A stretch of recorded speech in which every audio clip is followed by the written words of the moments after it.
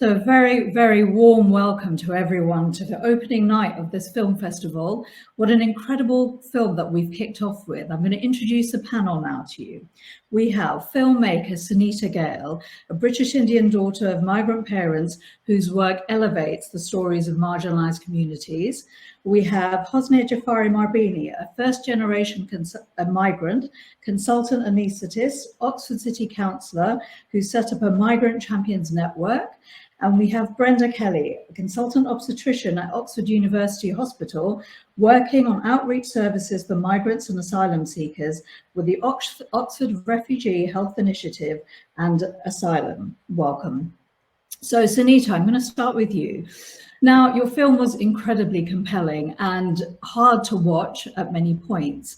And I feel like for people who've seen the immigration policies evolve over the last few years, it might seem like it's kind of come out of nowhere.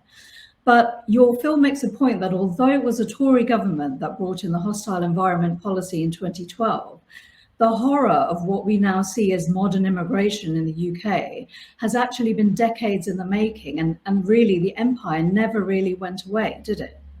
No, not at all. Good evening, everybody. Thanks for joining the screening. Yes, I mean, it's interesting because when making Hostile, it was actually a different film when I set out to make this film. I was making a film about how migrant communities were keeping society moving during a global pandemic. And the more I filmed, the more I learned about the hostile environment. So it was an investigative, journalistic approach to filmmaking whilst making my film. And then obviously I was shooting in a global pandemic and I was researching about the hostile environment whilst I was shooting and meeting participants that were suffering from hostile policies. And I guess we know about Theresa May, we know about the Conservative government, we know that that terminology was coined by the Conservative government. However, I didn't feel that it started and it stopped at them. And that's when my research took me back to, the 1968 Act, the 1971 Act, and acts that followed that. And then also with New Labour in 1999 that brought about an act which really spurred on no recourse to public funds. So as I was researching Hostile, I learned that both the Conservative, Labour and Liberal parties were all complicit in creating this hostile environment. And then I went further back, and then obviously that then took me to Empire and the whole narrative around Empire. And if you go even further back, you can then go to slavery. And so hostility has lived and breathed our society for generations and generations. And I guess we've come to that critical point in history now where we're seeing the aftermath of all this hostility, and we're wondering what's next. And I think that's the scary thing about this film, is that it seems to be getting worse before it's going to get better. And I wonder how much the public is complicit in this, because the interview with your mother was incredibly moving. And I wonder how many people, because the empire and what the British did all over the world isn't really taught that much in schools. So I think the traumas of partition and of migrants everywhere, their journeys, we see these little snippets, but we don't really, I don't know if everyone fully appreciates, if you're not from a migrant community or you've got parents who are migrants, don't appreciate that. So do you think that it's that people in the UK don't fully understand what's going on, or do you think they know and they feel it doesn't affect them and they don't care? That's a really great question. I think that firstly, I put partition in the film because of my mom's lived experiences, and being a daughter of a refugee, somebody that walked for 16 consecutive days without food and water from old India to new India. That had an impact on me as a child and as a human being. And when making a film that is about the hostile environment, it was natural for me to go back to that interview I shot in 2015 with my mum and place that in the film to really indicate how hostility has been there for so long. And we haven't learned from the mistakes of the past. Now, when we talk about the public, you're right, it's not taught to us. So in our schools, we don't learn about our history. And, we talk about decolonizing our curriculum, making our curriculum more up to date, making our curriculum accessible to all with the real realities of our history. And I guess Hostel was, for me, a history lesson in a way, and unpicking that narrative allowed me to go into story threads like empire, like Brexit, and divide and rule, and marrying them all together. I think the reason why it's not on the curriculum because of the horrors of the past. And I think that the reason why people in our society are unaware of our history is because it's just not taught.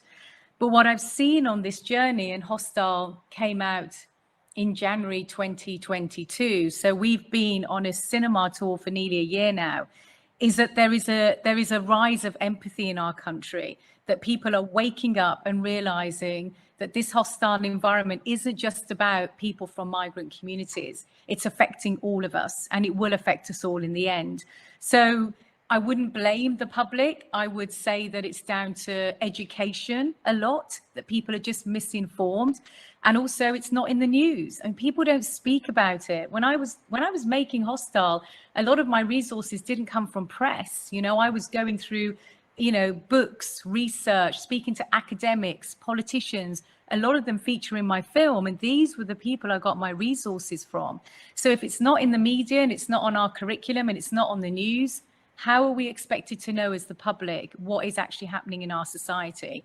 And I guess that's why Hostel has really, you know, taken off the way it's taken off, because it marries so many threads together, and it's very relevant right now in our society. And I'm so grateful that people have come out tonight to watch it and continue to watch the film. So Hosnieh, this idea of people power and people coming behind this, I mean, that is something that seems to come very clearly. And I wonder, do you see the power of people and their willingness to get behind these issues as a kind of positive in contrast to the government's callousness?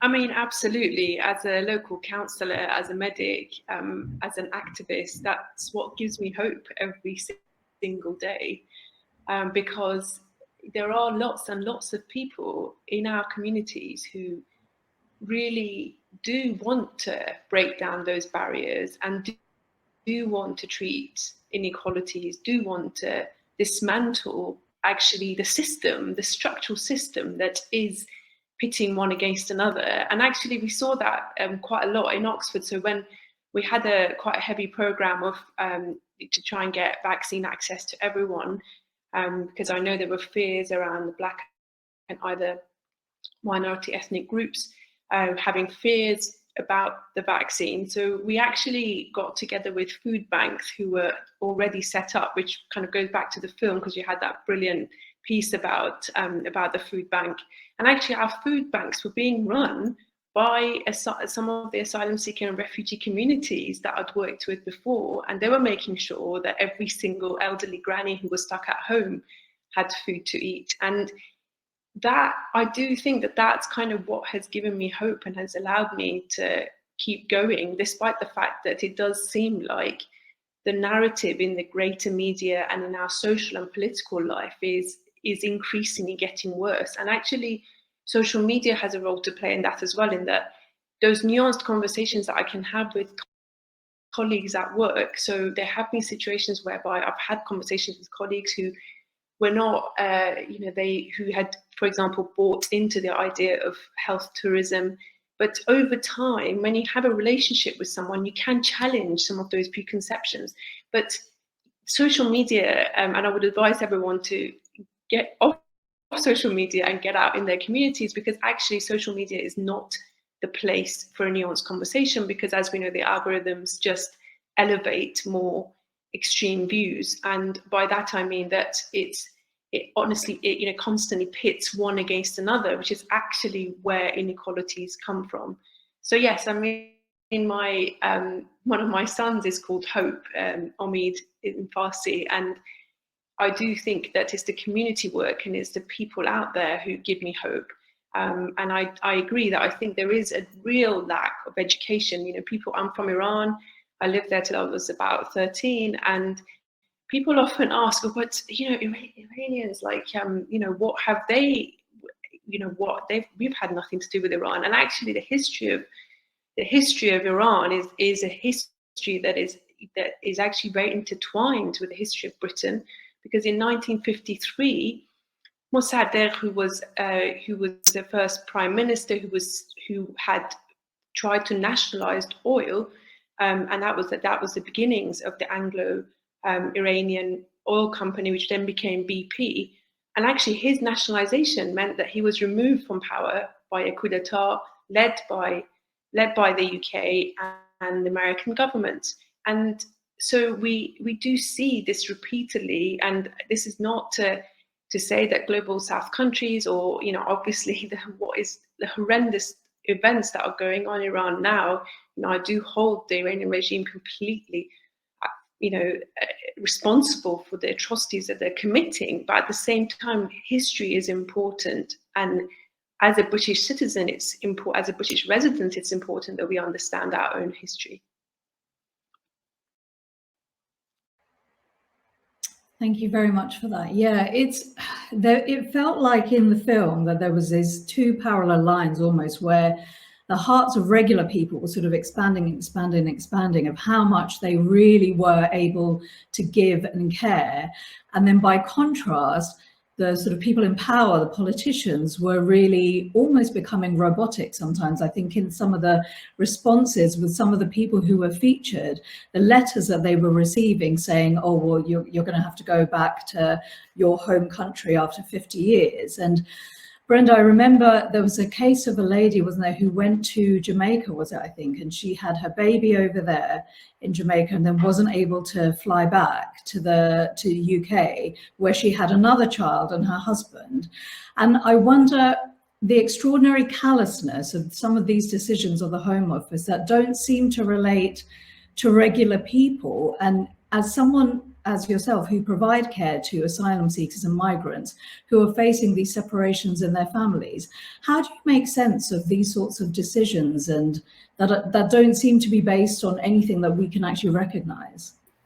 I think the short answer to that, Priya, is that you can't make sense of that sort of separation. You know, we have international laws that, you know, seek to protect the right to family life, and it just beggars belief that any system that upholds the right to family life, but also, you know, pays, you know, or adheres to children's rights as well, would seek to separate families. And, you know, on a more global scale, you know, there are many examples where, you know, people will migrate to this country and then hope that they can then call on their families. And that is the history of migration for many people, and particularly in forced migration, where it may be the men in the family that make that arduous journey to start with, to establish the life, and then hope that they can bring their families across to join them. But unfortunately, particularly since Brexit and the exit of the UK from the Common European Asylum system and the exit from the Dublin Agreement, we have a system now that makes it more challenging for families to reunite if they're not part of the refugee family reunion program. But in addition, it's also horrendously expensive. You know, the immigration laws and rules and guidance around this is phenomenally opaque. It's expensive. And with the reduction in sort of legal aid, it becomes near impossible for some families to pursue this. And I think there's another group that, you know, we mustn't forget, the unaccompanied asylum seeking children. So some of the families that are fleeing from war-torn countries, or countries that have experienced the impact of climate change, get separated on that journey. And that is really challenging, because those children can remain in the system unaccompanied and really vulnerable to further exploitation and trafficking. So, you know, there is a sense of we have to make it easier for families to be reunited, because we know this, you know, if we look back to the generational trauma of, you know, Second World War evacuees, for example, we know that forced separation is not good for that child in the longer term. It's not good for that family. And there's absolutely no justification for separation of family on any circumstances. Absolutely. Sonita, something that really struck me in the film is how probably a lot of people watching it would sort of wonder how this is a country that has always been racist. We've always had problems. But my question was, how have we got to this point? And I was struck that the same year that the hostile environment policy was introduced was the same year that we had the Olympics in London, and it was this incredible display of multiculturalism and a feeling of unity. And I feel like most people felt that both within the UK and outside. And I wonder, now looking back on it 10 years later, I sort of wonder, how real was that? And I've wondered, do you think those outward displays that we had on TV and movies and so on, were they a distraction from what was actually going on, or was there any reality in that? Well, I think the Olympics, it means so many different things to so many people. And I think it's bringing together communities of people from different backgrounds. I think the Olympics is exclusionary to an extent that it's so expensive to go to the Olympics, full stop. So people that are suffering from hostile policies and migrants won't be at the Olympics because it's not accessible to them. And I think the Olympics was a great tool to emphasize how great Great Britain is and how inclusive Great Britain is, and how Great Britain positions itself in this narrative that we are here, we are one, and we are inclusive. And in fact, I was at some of the Olympics and I did see glimmers of that. However, since then, I've seen a decline in what it means to be British. I mean, the last 10 years have been horrific under the current arrangement, and they're just getting worse. I mean, we've had bills that have become acts that have been passed in Parliament that we wouldn't have even conceived would have been passed. And I think that the sort of difference between what we saw in the Olympics and what was actually happening within Parliament at that time, you kind of feel that whole notion around divide and rule is so prevalent and so relevant in our society. On the one hand, we seem to be inclusive, we seem to be showing our Britishness, which is come here, you know, you're welcome with open arms. And on the other hand, behind closed doors in Parliament, legislation and policies are being enacted that are keeping people out. And then you had the Brexit campaign, which was all about take back control, right?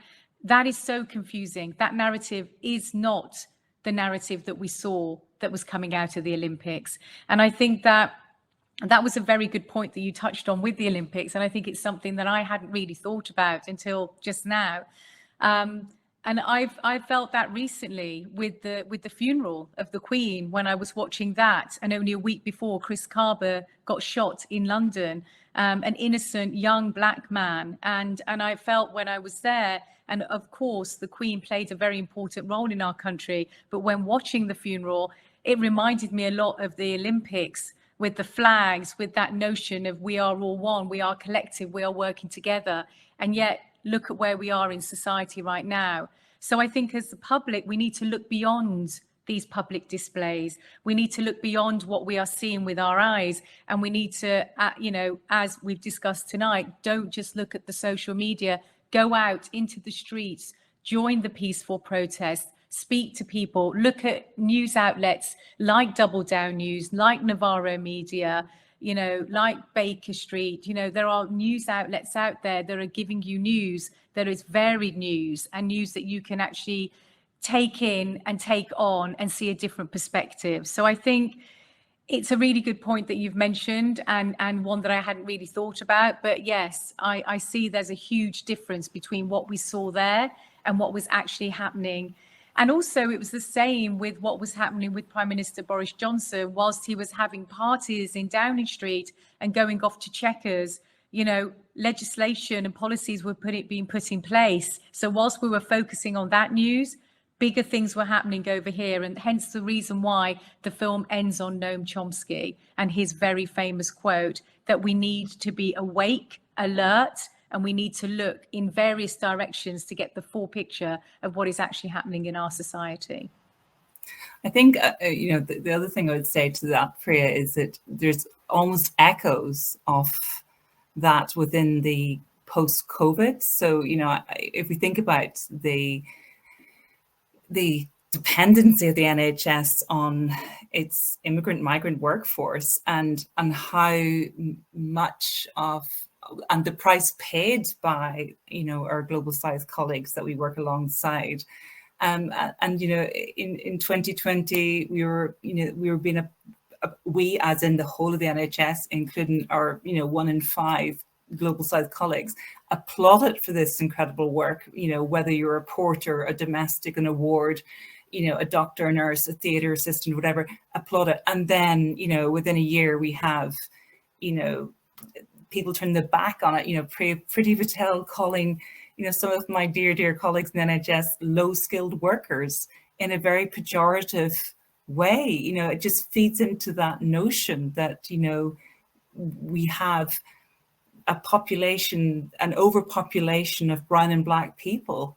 I found it extraordinary. It felt very divisive, the narrative post-COVID, and, you know, that we have a very short-term memory when it comes to how much our, you know, colleagues mean to us. Absolutely. And actually, that's what I wonder, how much these colleagues can bear, because doctors and nurses and porters and all of the people who shore up the healthcare system, I mean, they have always borne this incredible burden and not been paid enough. And this has, you know, been going on for decades. But COVID really, COVID and Brexit and all of these confluence of events seem to really have pushed them to such a limit, and yet people carry on. And this is what I find absolutely incredible. People still carry on even when they have nowhere to sleep, or they're sleeping in parks, or they're, you know, but I wonder what you think, if we look 5 to 10 years in the future, for example, what does the future of the NHS look like to us when these colleagues, our brown and black colleagues, are being pushed to such a point? I'm not sure how much more even the most dedicated human beings could bear. What do you see, let's say even in, you know, 10 years, what do you think the NHS is going to look like then, Brenda? Well, I can come to Hosnieh in part of this as well, because I know that Hosnieh, you've got some views as well. But the NHS is in crisis, and, you know, there's you know, we could spend the rest of the programme discussing the next 5 years and what that might look like, and it doesn't fill me with great hope or joy. But there are many shifts where I work in the JR in Oxford where, you know, I might be the only UK-born doctor or member of staff on. I mean, we absolutely rely on our colleagues, our international medical graduate, our nursing colleagues, our porters, you know, our domestic. I mean, I could basically list every single tier of the NHS and tell you that we absolutely rely on our colleagues. But, you know, the other issue that I would touch on is that, you know, we have to look at the attainment of our colleagues. So, you know, as a white person, I'm more likely to get promoted within the NHS than, you know, one of my Asian colleagues or one of my colleagues, you know, who trained in Africa, for example. And so we are dealing not just with the impact of the hostile environment, but we're also dealing with the wider issues of structural racism within the NHS, which, you know, there seems to be this reluctance to actually call it out and actually start to acknowledge this in order to move forward with this really important discourse. But Hosnieh, I know that you and I have discussed many of these issues previously. Yeah, I mean, I think as a country, we have a lot of cognitive dissonance between what we want to see, how we want to view ourselves, and the reality.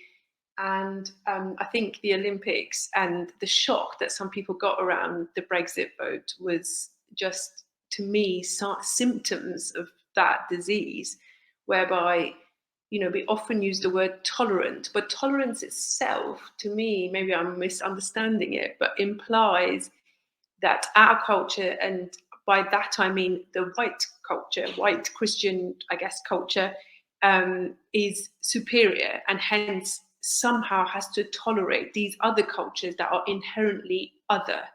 And I think that has actually been there for a long time, because it was part of the empire which relied on white supremacy. It was part of colonialism.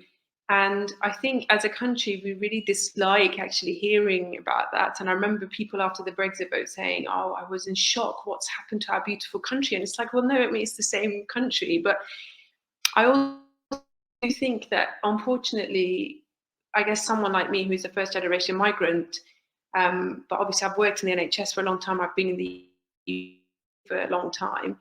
Despite that, the threshold at which people will tell me to my face to go home is not actually that large if I start to criticize certain institutions that people hold dear. You know, if you start talking about the gun that was carrying the Queen and its role in the colonies, it's not something that's either welcomed or accepted. And that's when your identity also comes into it. But I think the greater point around, and I think people who are working in the NHS, I think we are all very aware of these issues. We know, and this is, I think, when you look at some of the discussion points in the past have been around how can Priti Patel, who herself is a migrant, look at these, you know, implement these policies, is because that's actually it. People in, you know, Black and brown people inherently understand how the system functions and how it expects them to function to survive and to thrive within it. And talking about the NHS and how, I mean, the actual privatization of services within the NHS is inherently linked to, I think, the structural racism that we have in our society, whereby if you look at whether it's G4S or Clear Springs that runs, you know, a lot of the migration, you know, the detention centres, which are actually, you know, I've visited detention centres, I've volunteered in them. They are effectively prisons, but we call things other names because we find other names comforting, because a prison sounds bad, the detention centre sounds like, you know, it doesn't sound as bad, because obviously a prison is for someone who's done wrong. But we do use the word illegal migrant, even when we know that there is no illegality in seeking asylum. So the link between those two is that low-paid workers are often being employed on low working paying conditions by G4S, by Clear Springs, and actually that is drawing money and capital and capacity and resources away from our NHS. And that has been the case for, it's happening really, it's been going on for quite a long time, and actually it's actually at a really quite a critical point, because sometimes people have no options. At other times, I think people just get to a point where they think, I've got to survive. So if I can get slightly better, you know, I can get a slightly easier job with, you know, with a private company that does echocardiograms, I'll go ahead and do that, because actually my mental health, my physical health, you know, my being able to see my children is more important than that. And I do think that something that doesn't get talked about very much, but the flow of capital, and actually, if you look at the history of Haiti, for example, and when the freedom movement and the liberation movement around Haiti happened, a big issue around that was how it was going to affect capital in our nations, because actually we had built, you know, the great, not just us, but the French, for example, the great cities, Bordeaux, for example, all these cities were built on actually the sugar and the products, and selling those products back to slave-run countries. So I think these things are all linked, but also it's very difficult to pull them apart. And also, I think at the end of the day, everyone likes to. There is actually a real myth of exceptionalism. You know, if you work hard enough, if you just work hard enough, and I mean, it's interesting because it's very tempting to, people love a good story. You know, I came here at the age of 13, I didn't speak any English. Now look at me, I speak very good English. I'm a doctor, I'm a counsellor. But you have to look at averages. A lot of people here are medics, you're scientists. You need to look at averages. And if you look at the data, if you look at the Runnymede Trust, they've been doing a lot of research for decades on this. The data doesn't lie. You know, the wealth of the white British family compared to an average Black family or an average Bangladeshi family, it's £1 for the white British family, it's 10 pence for the Bangladeshi family or for the Black family. And that's why they died during the pandemic, because they couldn't shield themselves, because they were reliant on going out physically to work. So we were held up. The rest of us were being held up by them. And that's what Arundhati Roy talks about. Talks about this underclass and this other layer that lifts up. And that's what happened during the pandemic. And unfortunately, her other words of talking about pandemic as a portal whereby we come through and look at things differently and view the world differently and envisage differently. Unfortunately, it hasn't happened, but I haven't lost hope. But that point you made about the immigrants and migrants, who the percentage of whom really are able to kind of pull themselves up, is incredibly small because of the conditions that they're coming into. And so now we're entering this new points-based immigration system where you're almost out of the running. Most people are out of the running before they even start because of qualifications or things that they're being asked for. So it seems like it's becoming this impossible sort of impossible race, really, that people are never going to win.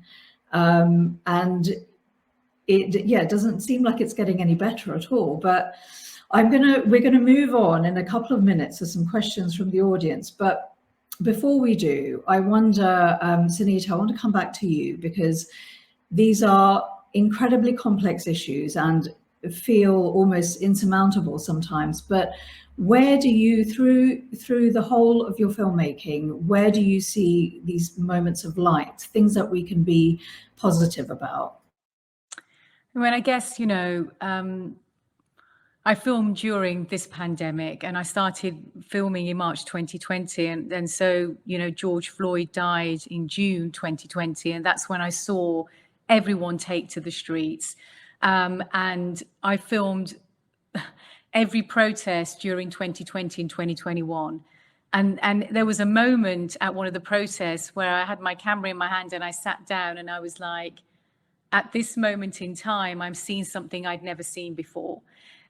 During my filmmaking, on the one hand, I'm making a film about hostile policies and a hostile environment, but I'm on the street where I'm seeing communities from all different backgrounds, all different classes, all different political preferences coming together and protesting. And, different parties, you had the Green parties, you had Extinction Rebellion, you had Black Lives Matter, you had the NHS there, you had Kill the Bill there. There was so many different communities coming together, and I would film different speakers from those communities who would be there supporting each other on stage. And it was a moment of unity. It was a moment of recognition, and it was a moment of collectiveness. And so that's why in my film, even though it's a hard watch, even though it's revealing atrocities of our system and deep systemic structural racism on a scale that probably hasn't really been witnessed in a particular documentary about this ever before in the UK. And the end of my film, I had one ending, which ended on the hostile environment is coming for us all. As I was filming this film, I realized that they might come for me, and I'm a British citizen. And actually, we had the Nationality and Borders Act, right? But that was my first ending.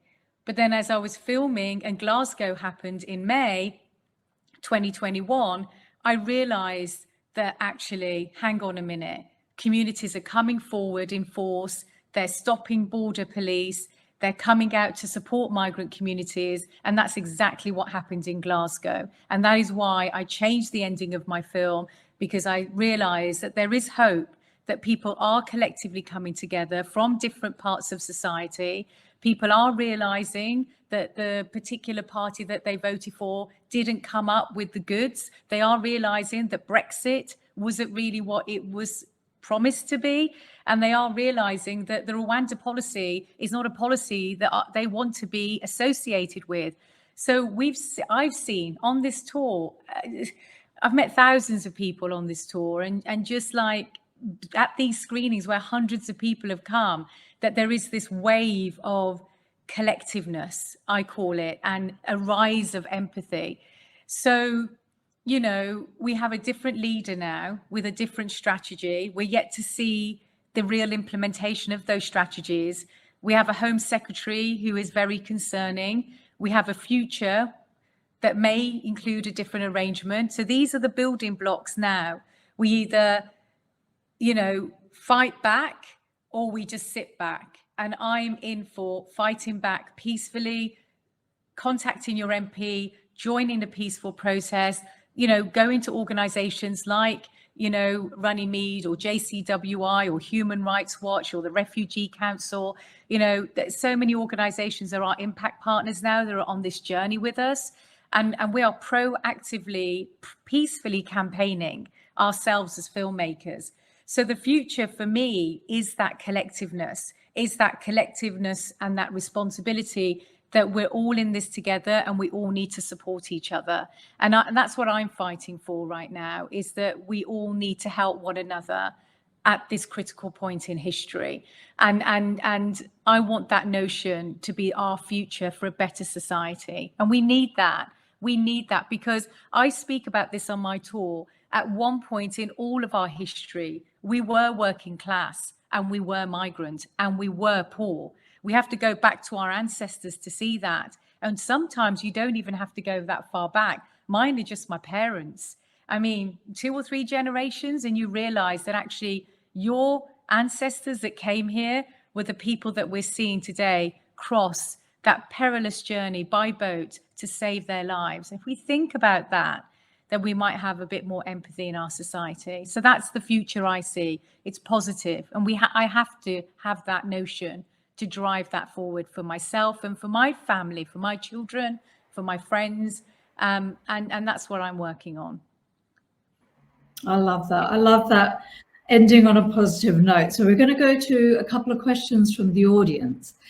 One of them is from Amy, and she asks whether we believe that these discriminatory policies could have long-term impacts on health-seeking behaviour and trust in public services. And I think that's especially relevant given COVID and vaccination and people sort of losing trust. So Brenda and Hosnieh, I wonder, what do you think about that? How would you answer that?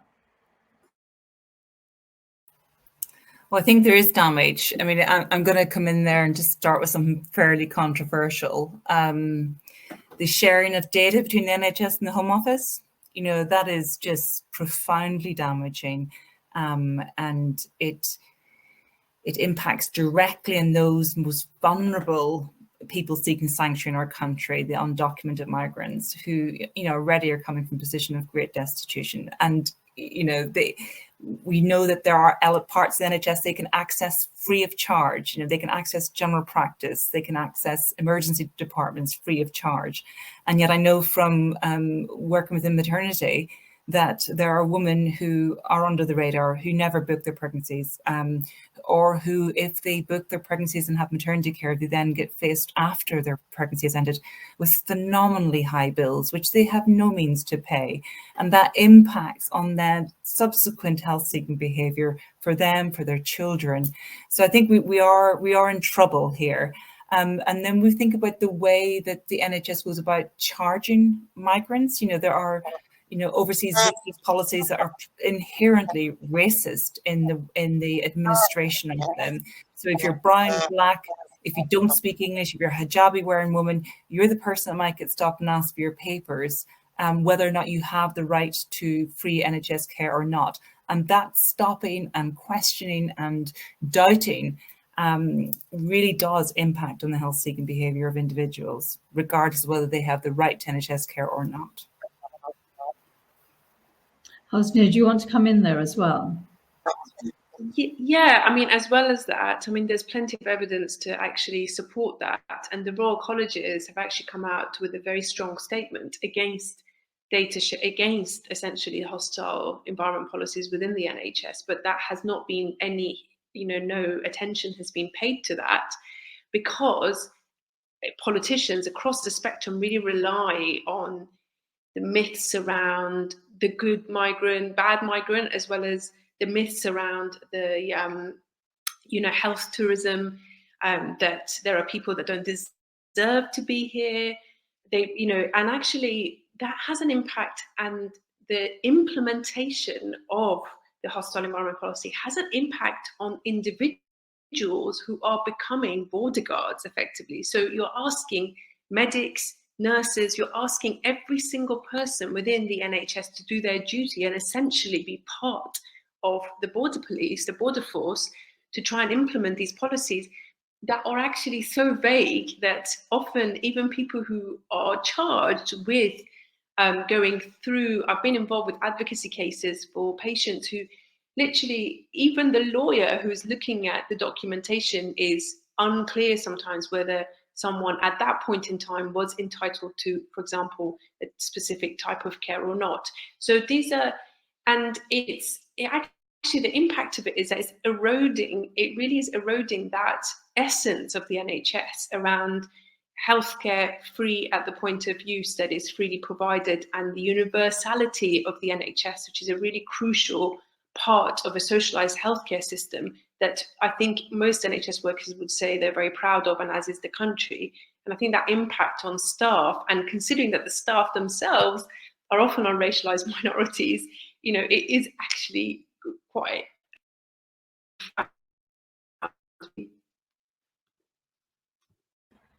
Okay, and I think we might end on one last question, Sonita. We had a question from Amy about what the film meant to your protagonist, and I have to say I loved everyone featured in the film. The couple who rang the food bank, oh, they were the best.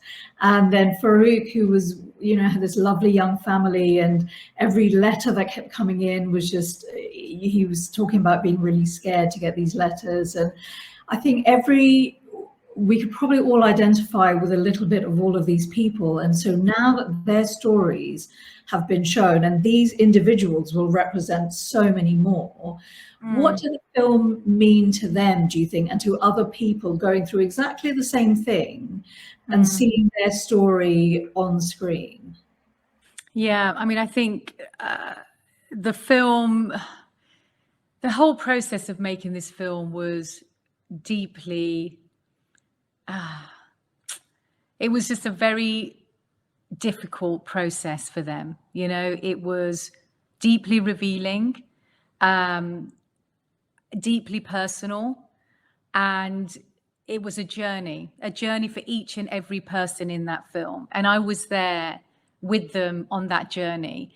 And so, first of all, I'd like to thank them all for revealing their stories to us, because without them, there would have been no film. So I dedicate this film to them always.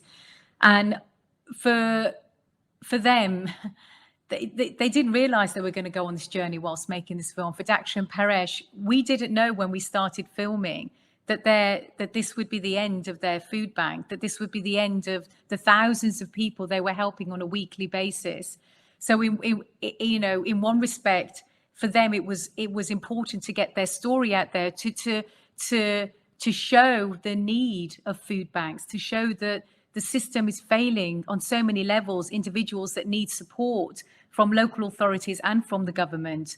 And so they needed the story to get out there, because people often that run food banks say that we shouldn't have them, that there should be enough there for everybody. So for them, it was important to highlight the story, but at the same time, extremely emotional when the food bank closed down, and extremely frustrating that they couldn't find another place to actually house their food bank. I actually shot with them a journey after that when it closed down to try and find an alternative venue, but it was just impossible. They had support from no one. So eventually they moved to Milton Keynes, where they are now.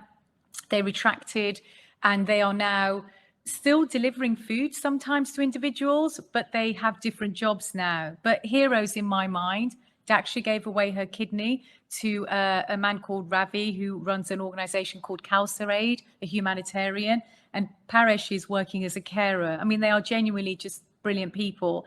And then you have Farouk and his story. Well, the film has given him the sort of more media exposure. However, he got cancer. So Farouk now is being treated for kidney cancer.